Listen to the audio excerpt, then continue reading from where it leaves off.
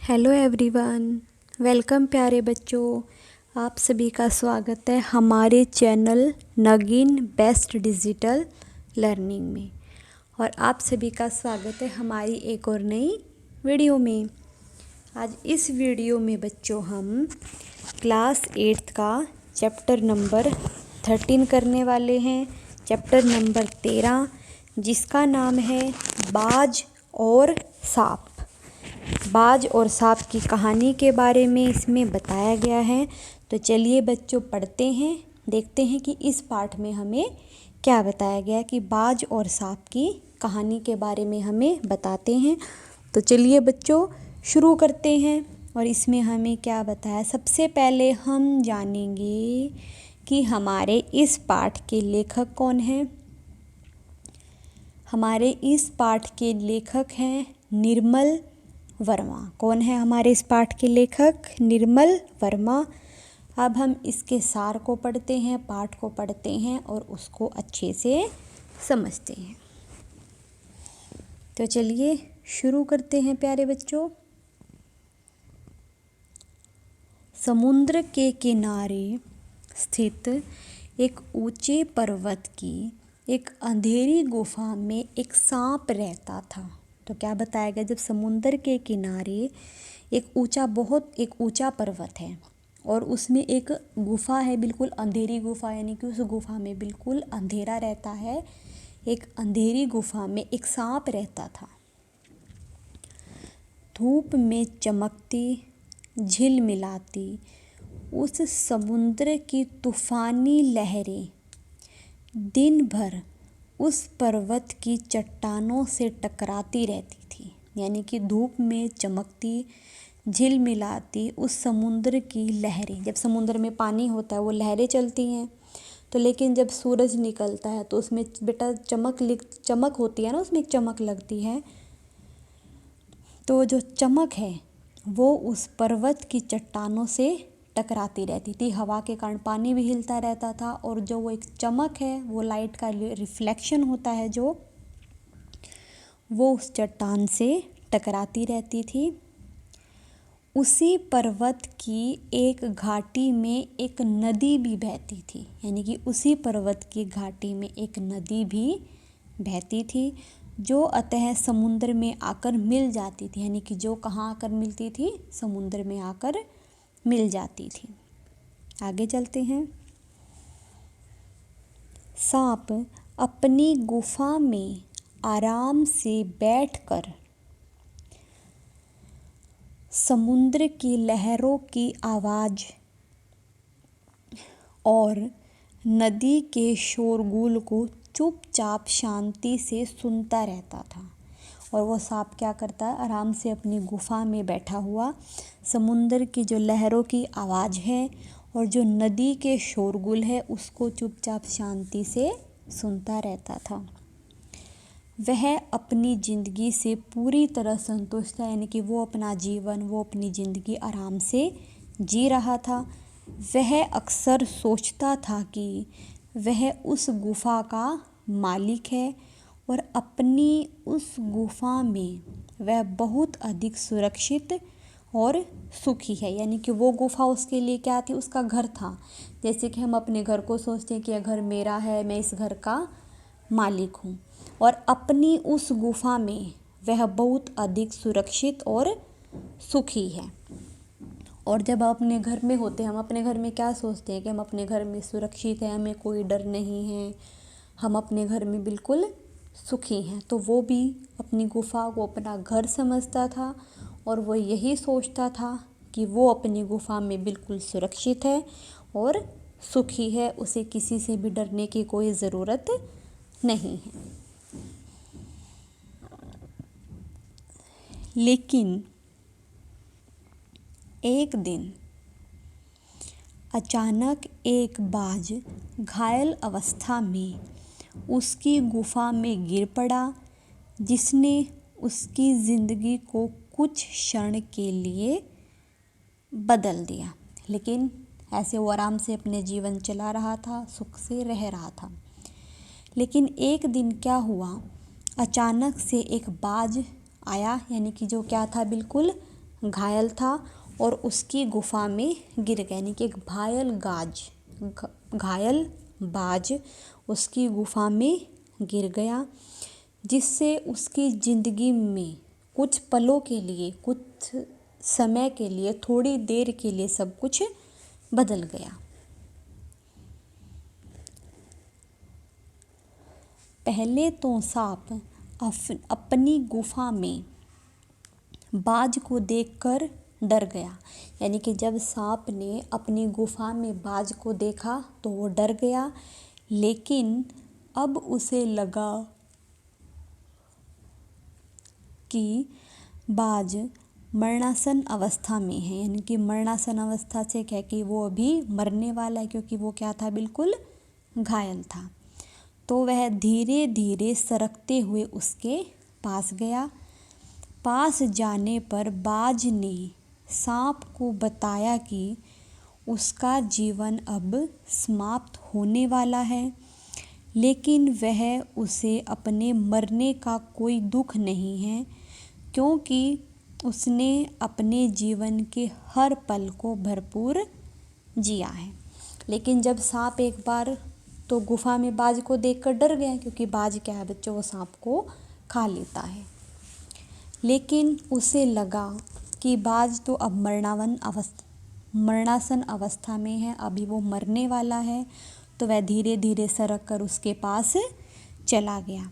तो पास जाने पर बाज ने फिर सांप को बताया कि उसका जीवन तो अब समाप्त होने वाला है, अब वह मरने वाला है, लेकिन उसे अपने मरने का कोई दुख नहीं है, वो इस चीज़ से दुखी नहीं है क्योंकि अब वो मरेगा, क्योंकि उसने अपने जीवन के हर पल को भरपूर जिया है, मस्ती में जिया है, अपने जीवन को, अपनी ज़िंदगी को अच्छे से जिया है। दूर दूर तक खूब लंबी उड़ानें भरी हैं, स्वतंत्रता पूर्वक आकाश की असीम ऊंचाइयों को अपने पंखों से छुआ है, यानी कि बिल्कुल आज़ादी के साथ आकाश की पूरी ऊंचाइयों तक आकाश को छुआ है। बाज की साहसिक बातें सुनकर, यानी कि बाज की ऐसी साहस की से भरी हुई, हौसले से भरी हुई बातों को सुनकर फिर सांप बाज से कहता है कि आसमान की ऊंचाइयों में क्या रखा है। फिर जो सांप है वो उसको बताता है कि आसमान की ऊंचाइयों में ऐसा क्या है, वह तो जमीन में रहते हुए भी सुरक्षित, प्रसन्न और सुखी हैं। वो उसको बताता है कि हम तो ज़मीन में रहते हैं, लेकिन हम ज़मीन में रहते हुए भी सुरक्षित हैं, प्रसन्न हैं और बिल्कुल सुखी हैं, और अपनी इस गुफा में तो बहुत खुश हैं। तो बाज ने गुफा के अंदर चारों ओर देखा, नज़र दौड़ाई और गुफा से आने वाली दुर्गंध को, यानी कि बदबू को महसूस किया, जो उसे बिल्कुल पसंद नहीं आई। फिर बाज ने सांप के कहने के बाद गुफा के अंदर चारों तरफ देखा और जो गुफा के अंदर से बदबू आ रही थी उस बदबू को महसूस किया, और वो बदबू से बिल्कुल भी पसंद नहीं थी, क्योंकि बाज तो ऊंचाइयों में उड़ने वाला, नदियों में से पानी पीने वाला, फूलों की खुशबू लेने वाला था, उसको वो बदबू पसंद नहीं आई। फिर बाज ने सांप से कहा, आकाश में उड़ना बेहद आनंददायक होता है। लेकिन फिर बाज ने कहा कि आकाश में उड़ना तो बहुत आनंद आता है, बहुत मज़ेदार होता है। लेकिन वो अंतिम बार फिर से आकाश में उड़ना चाहता है, लेकिन उसने बताया कि मैं वैसे तो मरने वाला हूँ, लेकिन अंतिम बार, आखिरी बार आकाश में उड़ना चाहता हूँ। सांप बाज को अपनी अंतिम इच्छा पूरी करने के लिए उत्साहित करने लगा, और बाज ने अपनी पूरी हिम्मत और साहस बटोरकर एक बार उड़ने की कोशिश की। लेकिन सांप उसको हौसला देने लगा कि तुम्हें उड़ने की कोशिश करनी चाहिए, उसको उत्साह देने लगा कि तुम उड़ सकते हो, कोशिश करो, मतलब इस टाइप का उनके अंदर उसको मोटिवेट करने लगा, उत्साह देने लगा। और फिर बाज ने अपनी पूरी हिम्मत साहस के साथ एक बार उड़ने की कोशिश की।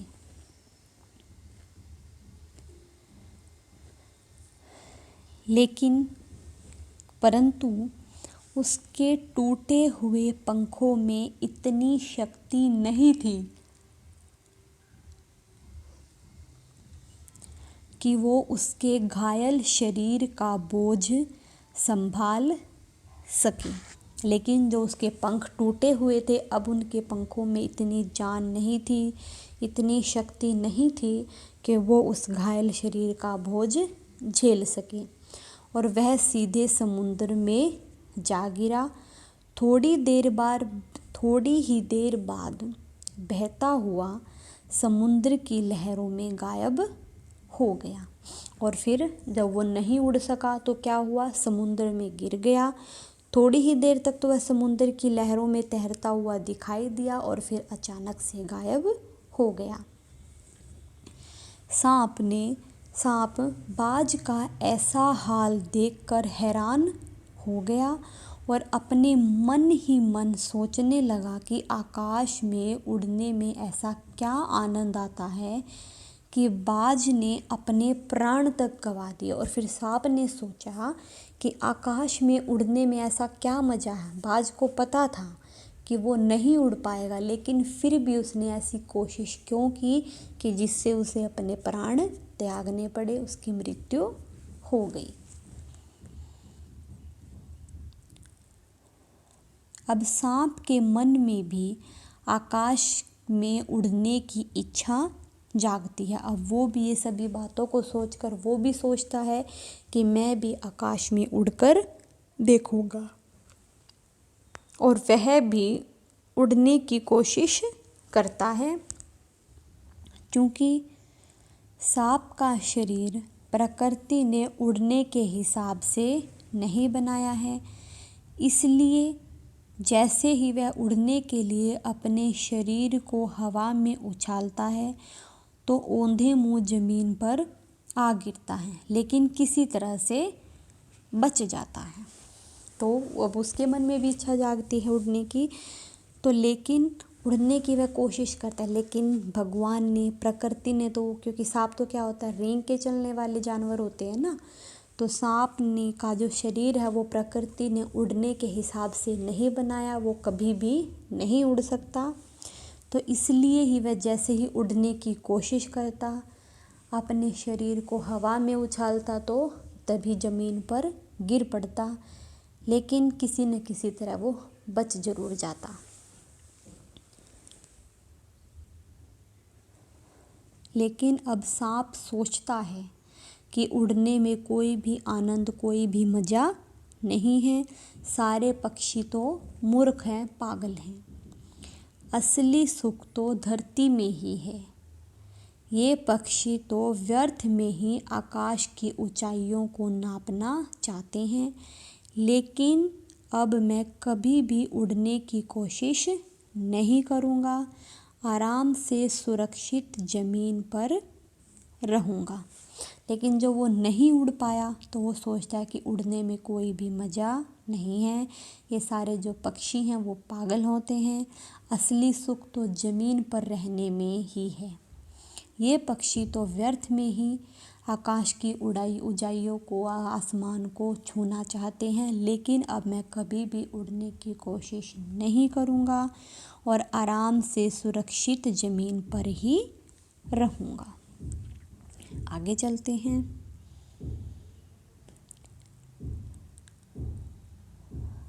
अभी सांप अपनी गुफा में बैठा यही बातें सोच ही रहा था कि तभी उसके कानों में सुंदर गीतों की मधुर ध्वनि सुनाई पड़ी। और फिर वो अभी अपनी गुफा में बैठकर वो ये सभी बातें सोच ही रहा था कि उसे अचानक से एक सुंदर गीतों की आवाज़ सुनाई पड़ी। यह समुद्र में इतने मधुर स्वर में कौन गा रहा है। तो उसे लगा कि अब समुद्र में इतनी प्यारी आवाज़ में, इतनी मीठी आवाज़ में कौन गा रहा है।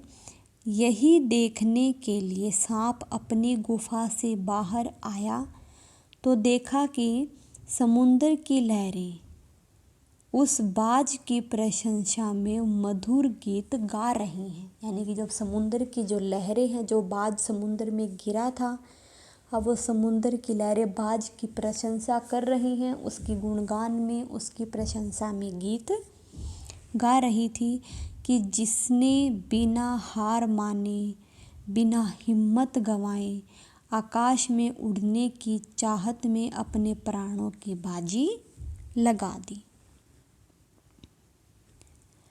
गीत गाते हुए समुद्र की लहरें कह रही थी कि उसका यह सुंदर गीत उन सभी बहादुर व हिम्मती लोगों को समर्पित है जो अपने लक्ष्य व अपनी स्वतंत्रता की प्राप्ति के लिए अपने प्राणों की परवाह भी नहीं करते हैं।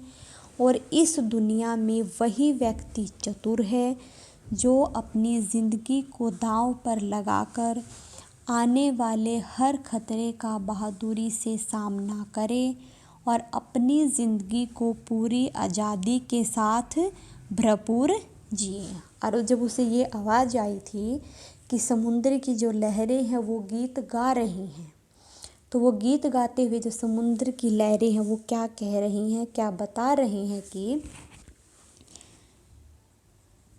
उनका यह सुंदर गीत, उनका यह मधुर और प्यारा गीत उन सभी बहादुर व हिम्मती वाले लोगों के लिए, यानी कि बहादुर और हिम्मत वाले लोगों के लिए है जो अपने लक्ष्य और अपनी स्वतंत्रता की प्राप्ति के लिए अपने प्राणों की भी परवाह नहीं करते हैं।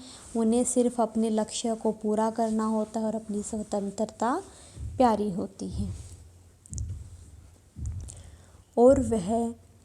और इस दुनिया में वही व्यक्ति चतुर होता है, वही व्यक्ति समझदार होता है जो अपनी ज़िंदगी को दांव पर लगाकर आने वाले हर मुसीबत को, हर खतरे को बहादुरी से उन सभी का सामना करे और अपनी ज़िंदगी को पूरी आज़ादी, पूरे मज़े और पूरी संतुष्टि के साथ जिए। यहाँ पर लेखक समुद्र की लहरों के माध्यम से सभी को यह संदेश देना चाहते हैं कि लगातार और बार बार प्रयास करने से ही सफलता मिलती है। और जो वो लेखक समुद्र की लहरों के माध्यम से कि वो गीत गा रही हैं, बता रही हैं, तो वो क्या कहना चाहती हैं, हम सभी को क्या संदेश देना चाहती हैं कि लगातार और बार बार प्रयास करने से ही हमें सफलता मिलती है। एक बार करने से हमें कभी भी सफलता नहीं मिल सकती।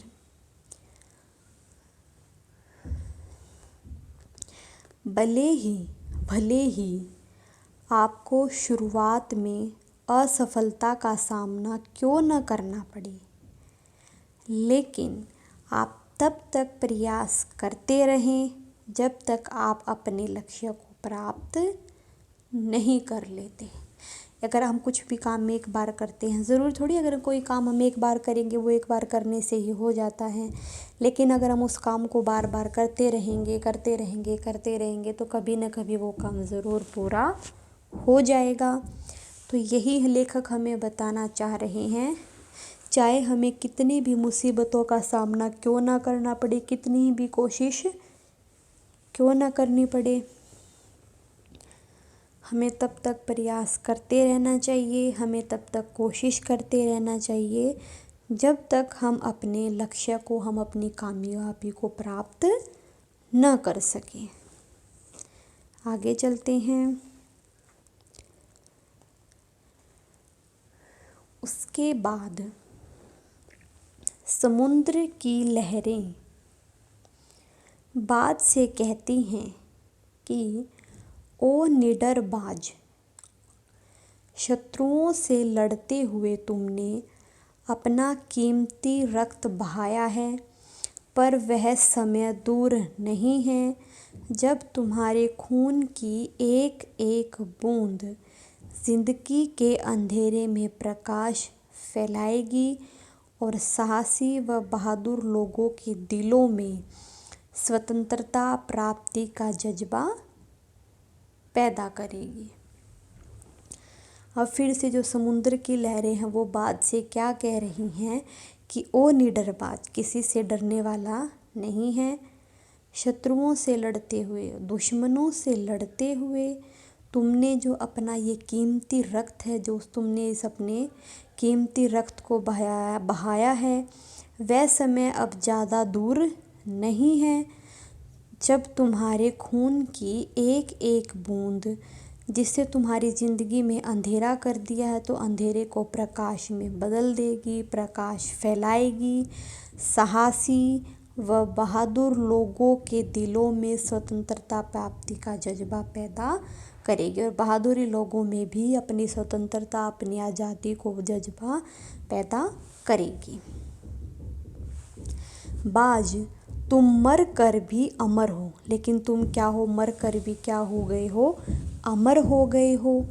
और जब भी इस दुनिया में वीरता के गीत गाए जाएंगे, तुम्हारा नाम उन गीतों में श्रद्धा के साथ लिया जाएगा। लेकिन अब क्या कह रहे हैं, जब भी इस दुनिया में कभी भी वीरता के गीत गाए जाएंगे, वीरता के लोगों के बारे में बताया जाएगा, तो उन गीतों में, उन बातों में श्रद्धा के साथ तुम्हारा नाम जरूर लिया जाएगा।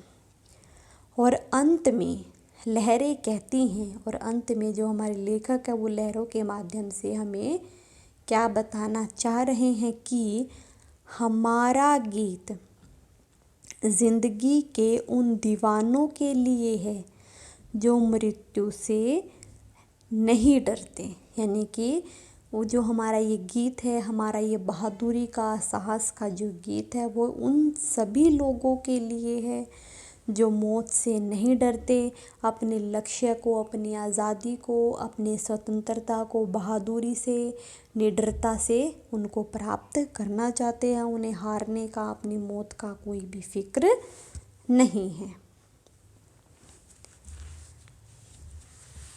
आगे हैं, बाज की बहादुरी व कुर्बानी के आगे समुद्र की लहरें भी नतमस्तक है। और जो बाज की बहादुरी है, और बाज ने जो शत्रुओं से लड़ते लड़ते बहादुरी के साथ जो लड़ाई की है, अपने प्राणों की रक्षा नहीं की है, तो जो समुद्र भी लहरें हैं वो उसके आगे नतमस्तक करती हैं, उसके आगे अपना सर झुकाती हैं।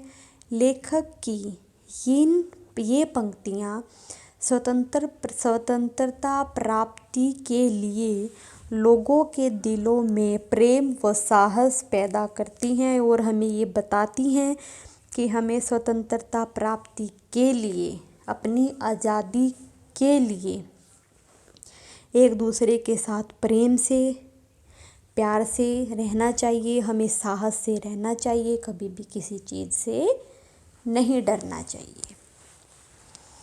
तो देखो बच्चों, इस पाठ में हमें क्या बताया था, सांप और बाज की कहानी के माध्यम से, समुद्र की लहरों के माध्यम से हमें लेखक ने क्या संदेश दिया है कि हमें अपने जीवन में कभी भी किसी भी चीज़ को पाने के लिए साहस, निडरता के साथ, साहस और निडरता के साथ रहना चाहिए।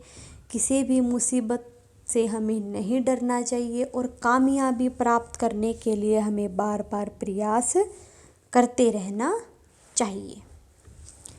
इसी के साथ बच्चों हमारा ये पाठ समाप्त होता है। इस वीडियो के लिए इतना ही। अगले वीडियो में हम इसके प्रश्न उत्तरों को करने वाले हैं। चैप्टर समझ में आया हो, वीडियो अच्छी लगी हो तो प्लीज़ लाइक शेयर कमेंट ज़रूर करें। Thank you. Have a nice day.